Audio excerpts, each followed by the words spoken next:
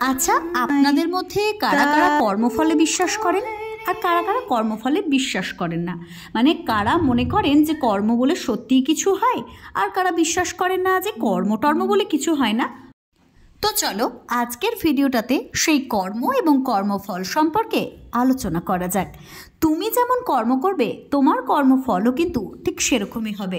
অনেক সময় আমরা মনে করি যে আমরা একটা ভুল কাজ করলাম, কেউ তো দেখতে পেল না, কিন্তু কেউ দেখতে না পেলেও তুমি এবং তোমার ছায়া সেই কর্ম কিন্তু দেখতে পেলে, আর তার সঙ্গে একজন দেখতে পেল যাকে তুমি দেখতে পেলে না।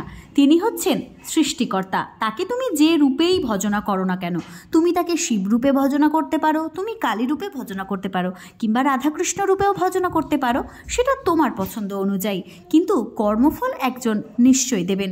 এই যেমন ধরো, ভরা সভায় দ্রৌপদীর বস্ত্রহরণ করার জন্য গোটা একটা কুরুক্ষেত্র যুদ্ধের সূচনা হয়ে গেল, তা কি এমনি এমনি?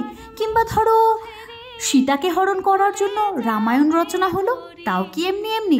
এই যে সীতাকে অগ্নি পরীক্ষা দিতে হয়েছিল এবং তার জন্য রামায়ণের মুখ্য চরিত্র পুরুষোত্তম রামকেও কিন্তু কম কথা শুনতে হয়নি। তো প্রতিটি কর্মফলের পিছনে একটা না একটা কর্ম থাকে। তো আমি একটা জিনিস সবসময় মানি এবং নিজে বিশ্বাস করি যে যতদিন কোনো মানুষ সৎ পথে সৎকর্মে লিপ্ত থাকবে ততদিন তার জীবনের সমস্ত ফলগুলো তার হিতকর হবে। কিন্তু কোনো মানুষ যদি অন্য মানুষের আড়ালে বা সে যদি মনে করে রাতের অন্ধকারে একটা খারাপ কাজ করলাম, আমার সেই খারাপ কাজ কেউ পরিলক্ষণ করতে পারলো না, কিন্তু সেই কর্মের ফল কিন্তু তাকে একটা সময় ভোগ করতে হবে। যদি তাকে এই জন্মে ভোগ করতে না হয়, তবে কোনো না কোনো একটি সংকেত নিয়ে তাকে আগামী জন্ম পর্যন্ত কিন্তু সেই কর্মফল বয়ে বেড়াতে হবে।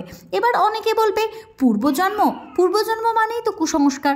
দেখো, কুসংস্কার এবং সুসংস্কার আমরা কিন্তু জানি না আসলে এই কোনটা সু এবং কোনটা কু। যেমন ধরো, কিছু ধর্মীয় সংস্কার আছে যেগুলোকে আমরা কুসংস্কার বলেই এতদিন মেনে এসেছি, কিন্তু সেই প্রতিটি কুসংস্কারের পিছনে একটা না একটা সুসংস্কার থাকে। তাই সবসময় সব কিছুকে কুসংস্কার বলে এড়িয়ে না গিয়ে কিছু জিনিস বাস্তবসম্মত বলেও মনে করতে হয় এবং আমাদের জীবনের সঙ্গে জড়িত প্রতিটি জিনিসকে অধ্যয়ন করা শিখতে হয়। তার জন্য তোমাকে আগে নিজেকে বুঝতে হবে, নিজের খুঁতগুলোকে সুন্দর করে পরিলক্ষণ করতে হবে। আবার অনেকে একটা কথা বলেন না, সৎসঙ্গে স্বর্গবাস, অসৎসঙ্গে নরকবাস। এই কথাটাও কিন্তু অনেকখানি সত্য। তবে সেই সৎসঙ্গীটা তুমি নিজেই কিনা এবং অসৎসঙ্গীটাও তুমি নিজেই কিনা, তার পর্যবেক্ষণও কিন্তু করার জন্য একটা মানুষ সবসময় রয়েছেন। মানুষ বললে ভুলই হবে, প্রতিটি মানুষের মধ্যেই ঈশ্বরের বাস, আমরা গীতাতেই পড়েছি। তাই আমি আমার এই ভিডিওতে বলতে চাই, গীতা শুধু পঠন পাঠন শ্রবণ করলে হবে না, নিজেদের জীবনে প্র্যাকটিক্যাল লাইফেও এই গীতার প্রত্যেকটি অধ্যায় কিন্তু একইভাবে অ্যাপ্লাই করতে হবে। তুমি যদি শুধু গীতা পড়ে ছেড়ে দাও, তাহলে তোমার সেই গীতার সারমর্ম বোঝার ক্ষমতা হয়নি। তুমি যদি সেই গীতার জ্ঞানটাকে নিজের জীবনে উপলব্ধি করতে পারো বা নিজের জীবনে অ্যাপ্লাই করতে পারো, তবেই কিন্তু গীতা পারার সার্থকতা রয়েছে।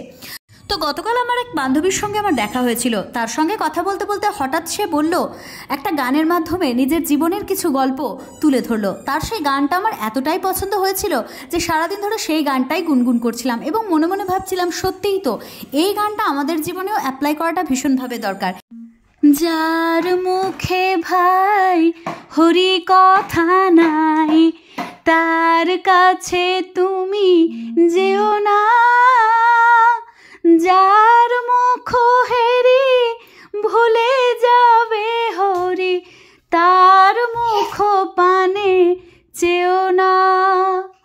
কদিন রবে ভব মাঝে আর, অবিলম্বে করো যাহা করিবার। কদিন রবে ভব মাঝে আর, অবিলম্বে করো যাহা করিবার। হরি কথা কও, হরি গুণ গাও, হরি নাম রসে সদা মত রও। হরি নাম গীতি গাওনি প্রীতি, অন্য কোনো গান গেও না। যার কাছে হায় হরি গুণ নাই, তার কাছে তুমি যেও না। যার মুখ হেরি ভুলে যাবে হরি, তার মুখ পানে চেও না। কদিন রবে ভব মাঝে আর, অবিলম্বে করো যাহা করিবার।